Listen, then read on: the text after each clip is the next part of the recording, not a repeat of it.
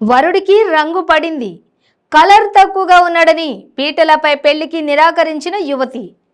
అంతా సవ్యంగా జరిగితే మరికొన్ని క్షణాల్లో ఆమె మెడలో అతడు తాళి కట్టేవాడే. కానీ కథ అడ్డం తిరిగింది. వరుడి మెడలో వేసేందుకు పూలదండతో మండపం పైకి వచ్చిన వధువు అతడి శరీర రంగును పరిశీలించి దండ వేయడానికి నిరాకరించింది.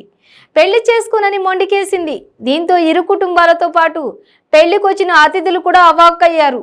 ఉత్తరప్రదేశ్లోని కౌశాంబి జిల్లాలో జరిగిన ఈ ఘటన ఆలస్యంగా వెలుగులోకి వచ్చింది. పీపరి పోలీస్ స్టేషన్ పరిధిలోని షేర్పురాకు చెందిన యువకుడికి చర్వా పోలీస్ స్టేషన్ పరిధిలోని గ్రామానికి చెందిన యువతితో పెళ్లి నిశ్చయమైంది. గత నెల 29న వివాహం జరగాల్సి ఉండగా వరుడు ఊరేగింపుగా మండపానికి చేరుకున్నాడు. మండపానికి చేరుకున్న వరుడి మెడలో మాల వేసేందుకు వచ్చిన వధువు అతడి శరీర రంగు తనకు నచ్చలేదని చెబుతూ మాల వేసేందుకు నిరాకరించింది. తనకంటే రంగు తక్కువగా ఉన్నాడని, వయసు కూడా పెద్దగా కనిపిస్తోందని చెప్పడంతో అక్కడున్న వారంతా అవాక్కయ్యారు.